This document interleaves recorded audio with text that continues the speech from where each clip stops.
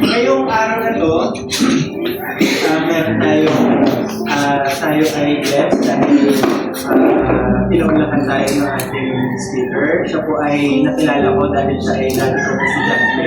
Nung siya ay grade 9 pala. Kaya feeling ko ngayon matanda na talaga. One of the mga bright students sa klase, at the same time isang tumatak din sa akin. Siya ay bright pero siya ay isang learner. Hindi siya mapagmataas. Good leader din sa kapwa estudyante, and isang very striking, isang kabataan, very young age pero talagang nag-stand for her faith kahit nung bata pa siya. Kabataan pa yan, na kilala ko. Until now, siya ay 4th year college student taking up education sa ABSU NAIC. Sabi nga, ang adversity ay yung parang nalalaman mo daw kung yung matamis or maasim ang isang prutas, halimbawa orange. Paano mo malalaman yun kung yun ay maasim or matamis? Isang orange, paano mo malalaman kung ito ay matamis or maasim? Kailangan mo tikman. Paano mo matitikman yun? Bubuksan. Paano mo bubuksan yun? Babalatan. Yung orange, paano mo makukuha yung juice niya? Kailangan mo siyang bigayin.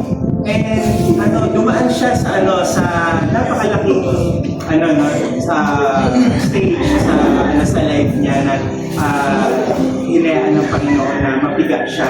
At ang lumabas doon ay napakatamis na nakita yung loob ng fruit. Hindi ko na patatagalin, pakinggan natin. Tayo ay mabibless sa kanyang message na dadalhin mula sa Panginoon. Narito si Jeanette Villanueva.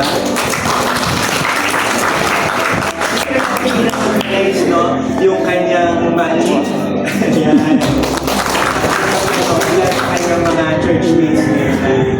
Si Jeanette nga pala isang youth leader yan ng Labak Assembly of God.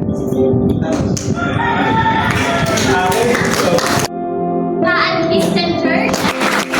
This is my first time po na to invite and to join sa inyong fellowship, and salamat sa Panginoon for this privilege. Pero bago po ang lahat, tayo po muna ay manalangin. Ilang Diyos na makakaya sa lahat. Ikaw ay aming pinupuli, pinapasalamatan, Lord, sa buhay at kalakasan na aming pinagdagay sa Lord.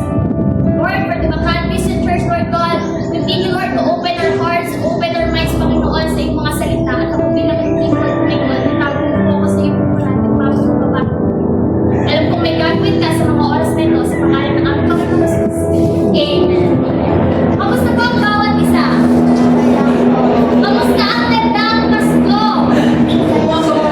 Marami bang so parang ang naman natin, ilan tayo ng Pasko, pero sa isang iglap na, diba? Nakamusta agad. Then, ngayon, December 27 na, 4 days na lang, New Year na. Ang bilis, by 2026 na. So, our topic this morning is the reason for my season. Ano ba yung dahilan ng season natin sa ngayon? Okay? So, para sa mga season na to, the reason why we celebrate Christmas is because of Santa ba? When we celebrate Christmas, the reason why we celebrate Christmas is because of our Lord Jesus Christ. Dahil kung hindi niya tayo tinubos sa ating mga kasalanan, na siya napako sa krus, no? Deserve natin lahat pupunta sa impyerno, pero dahil sa kanyang kagandahan, tayo ay tinubos sa ating mga kasalanan. And naging tradition na, tuwing Christmas, ang bigaya, sino dito maraming natanggap ngayong Christmas? Oh, okay naman yung nagpamasko, nagbigay. No?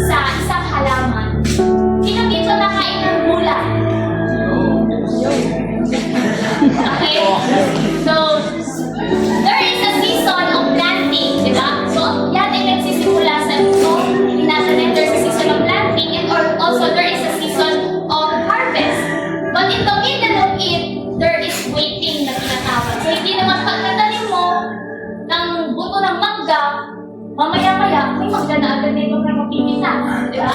So there is a season of waiting. Hintayin natin yung paglaki. And waiting, no? Na, ayan, sa paglamig yun, in the middle of it, there is waiting na kung saan maraming mga pwedeng pagdaanan sa ating buhay.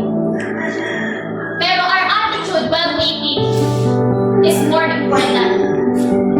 Our attitude habang tayo ay nag-aaral, habang tayo ay nagtatrabaho, habang tayo ay nag-iintay, no? Kamusta ba ang ating attitude while waiting? So God wants to develop our attitude when we are waiting. Okay? So may mga iba't iba tayong waiting na, yung tulad ng sinabi ko kanina, pag-aaral na yan, nag-iintay sa mga graduate, then sa kung magtatrabaho, nag-iintay sa ina-frame work. Okay? And just like me, I am in the season right now of waiting. Okay? So napatigil po ako sa pag-aaral this year. So ako po ay 4 years student na dapat. Okay? So, last June 19 po, in a normal situation sa school, kaya po sumakit ng napakatipid. And then, dinala ako sa infirmary room doon sa CPSU. Sabi doon, kailangan ko ako doon sa hospital. So, dinala po ako agad sa San Lorenzo. And then, para nakita, i-scan po yung aking brain. Ang findings po is brain and wrist. So, yun po ang ikinakatay, yung pinala ni Isabel Galata. Yun po yung kinamatay ni Isabel Galata. And at that point, ilagay na po agad ako ng tubo. Okay? Dahil naubusan na po ako ng oxygenated blood sa utak. Then, hindi kaya sa San Lorenzo, kaya agad po ako i-transfer sa General Trias. Hindi na po ako kayang manalapa sa Manila kasi sobrang critical na po yung sitwasyon. Sa loob ng ambulance, marami na po mga nakakasya sa akin. Sobrang critical na. Then, hanggang sa dumating po sa point na pagdating ko ng San Lorenzo, 12 hours pa ang lumipas bago ko operahan. So, marami na po mga sinabit sa akin. And during that time, habang nag-iintay sa neurosurgeon bago opera, that time po, sabi nung sa nagbantay sa akin, humingi na po yung heart. Nirevive po ako, no? Pero sa kabutihan ng Panginoon, dumating po yung time na na-operahan na ako. And then sabi ng doktor, kailangan ako mag-resign within 48 to 72 hours. Pero sa biyaya ni Lord, 6 hours pa lang, nagising na po ako. So, inabot po ng napakalaki ang bill sa hospital. Almost 1.5 million. And saan po tayo kukuha? Saan po kami kukuha ng gano'ng kalaking pera? Diba? Pero ang salita po ng Panginoon, ang malaking Diyos ang aming pinakahawakan at ang aming umagal. Then pag-uwi natin sa bahay, syempre, kumbaga, hindi agad ako makalakad. Sabi pa nga po ng nurse sa mga kamunay, dapat po marunong po kayo magpalit ng driver sa anak niyo. Kasi expected po, pwede po mag-bed reader. Okay? Pero napakabuti po ng Panginoon. Then, gusto ko lagi that time nakahiga. Ayoko po yung kunyari tatayo. Para sa mga sitwasyon po ito po ay isang kagalakan sa akin na, Lord, nakakatayo ko ng matagal. Kasi po dati, ang bilis ko pong mapagod. Gusto ko po laging nakahiga. Gusto ko po laging nakapikit. Then, yung pandinig ko po, naapektuhan po siya. Sobrang lakas po ng pandinig ko. Ay yung mga tawid ng aso, no? And yung una ko pong attend sa church, syempre po, di ba maingay pag nag-worship, yung mga drums.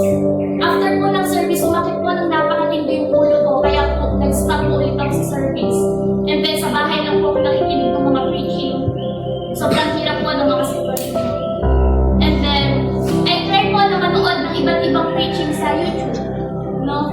Pero alam niyo po yun, kapag narinig ko po yung salita, nalilimutan ko po agad siya. Kumbaga, hindi po nag-i-stay sa aking isipan. Kaya po, sabi ko na, ano pa kahawakan yung salita ng ating Panginoon? So, buti na lang po, may sa ulo ko mga Bible verse, yung life verse ko, and palagi ko nag-read. Yung salitang yan ng aking pinangahawakan. Sobrang hirap po sa mga sitwasyon na wala kang pangakawakan. Yes po, nakakapagpigay ng comfort yung church meeting mo, yung pastor. Pero iba ang comfort kapag ang salita ng Panginoon ang ating pinangahawakan. And then, bumalik po ulit kami sa neurosurgeon sa may, tumitingin po sa brain. Sabi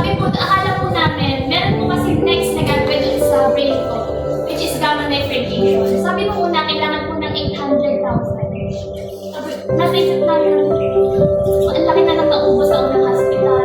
And then another 800,000. And then tinignan yung background ng family na bawasan naging 450. Pero kahit 450,000 yun, diba? So tayo kukuha tayo sa iglap ng gano'ng kalaking pera.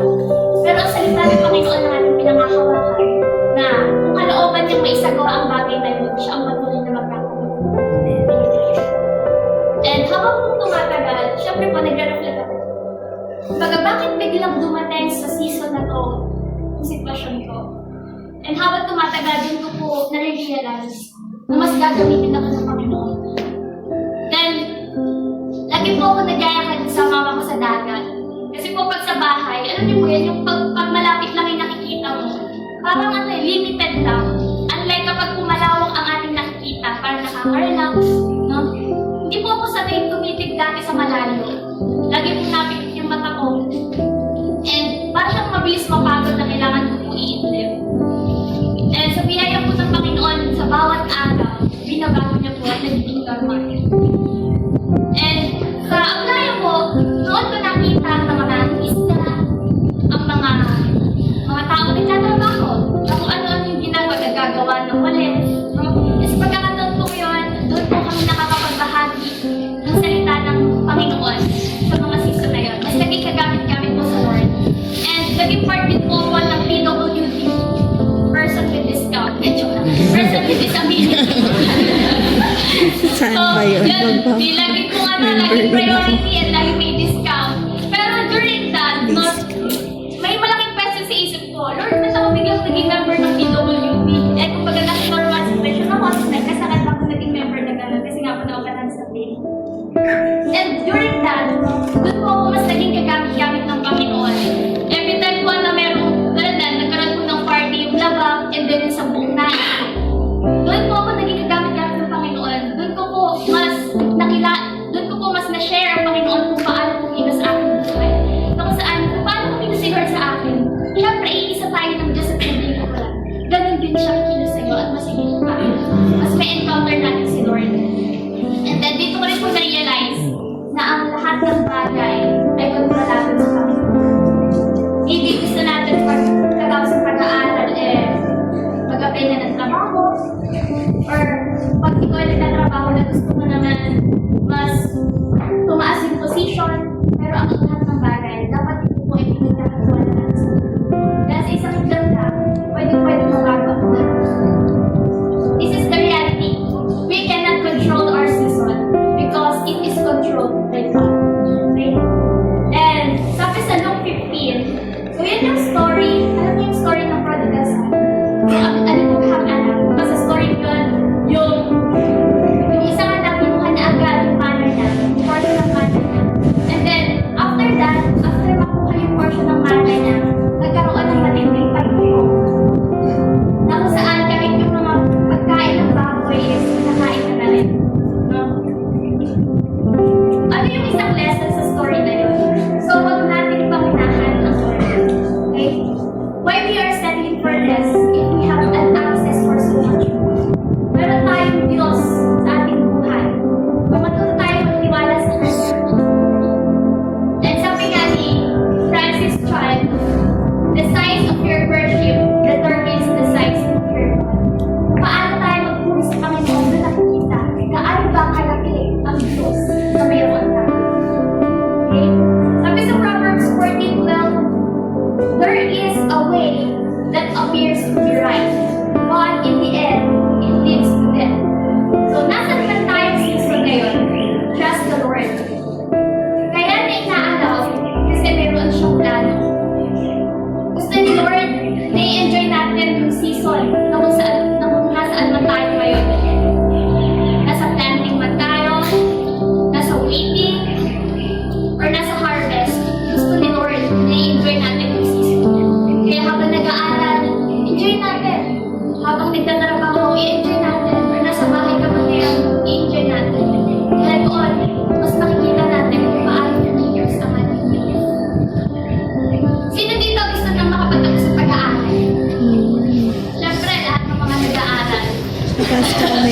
Nataas pa kami ba? Charot. Joke lang. Tapos kapag tinanong naman yung mga nagtatrabaho, syempre narami na yung mga priorities mo, narami na yung mga obligations. Pag tinanong mo sila, ay parang gusto ko nang mag-aaral ka at ay marami ng bills na babayaran. Isip mo na para makatulong. Basta nang mag-work na sabi pag So, nag-work, kung nasa babalik na tayo lang pala season sa ngayon, i-enjoy natin. I-enjoy natin. Kumbaga sa awang sumalit sa inyo. Joke lang. Most of us are Kumbaga tayo longing for the next season, yet we forget to be fully present in the season here. We forget our present season. I-enjoy natin yung season natin ngayon. Amen. I-enjoy natin yung season natin ngayon. Kasi yun talaga yung natutunan ko. Diba ako po ay mag-4 years student na. So 1 year na lang, graduate na. Pero pinatigil ako ng Panginoon. Ay, dito na i-enjoy ko yung season na yun. Kasi pagkatapos ko yung graduate, hindi ko na alam kung anong gagawin pa sa akin ng Lord. Kaya sa bawat season na sa Diyos. Tututusan tayo na mahalin natin ang Diyos. So, sabi sa Deuteronomy 30:15, today, I am giving you a choice. So, binibigyan tayo ni Lord ng choice. You can choose life or death or disaster. For I command you this day to love the Lord your God and to keep His command, with peace and regulations by walking in His ways. So, inuutosan tayo ng Panginoon na mahal natin siya at pamuhay tayo ng ayon sa kanyang kalooban, ng ayon sa kanyang pamamaraan. At sabi dito sa mga sumunod, if you do this, you will live and multiply, and the Lord your God will bless you. But, merong but if your heart turns away and you refuse to listen, so kung tayo ay hindi susunod sa ating Panginoon, you are drawn away, serve and worship other gods. Then, coming to death, I warn you now that you will certainly be destroyed. You will not live a long good life in the land of earth. So always choose life. Okay? Kung pipiliin natin ang buhay, may blessing din. Pero kung pipiliin natin ang kapahamakan, pipiliin natin na, okay lang yung ginagawa mo kahit hindi na with your word, tayo hindi mo magsasuffer na. Kaya kung ano man yung ginagawa natin in every decision, palagi i-align natin, Lord, ano ba yung kalooban mo? And your choice will shape your